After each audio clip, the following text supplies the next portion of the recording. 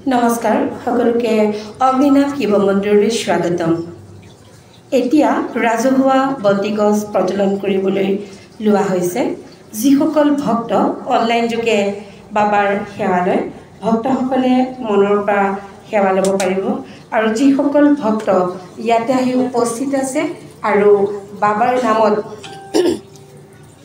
চাকিৰ বাবে ৰাজহুৱা বৰচাকি গজত আপোনালোকে তেল দিছে বা মনৰ পৰা সেৱা লৈছে, শৰাই আগবঢ়াইছে, সকলোৱে সেৱা ল'ব পাৰিব। আমাৰ ব্যক্তিগতভাৱে আজিকালি বন্তি দিয়া নহয়, এগছ বৰচাকি দিয়া হয়। সেই বৰচাকি গজতে সকলোৱে চাকি গজৰ নামত তেল দিয়া হয়। সকলো ভক্তই সেৱা ল'ব পাৰিব।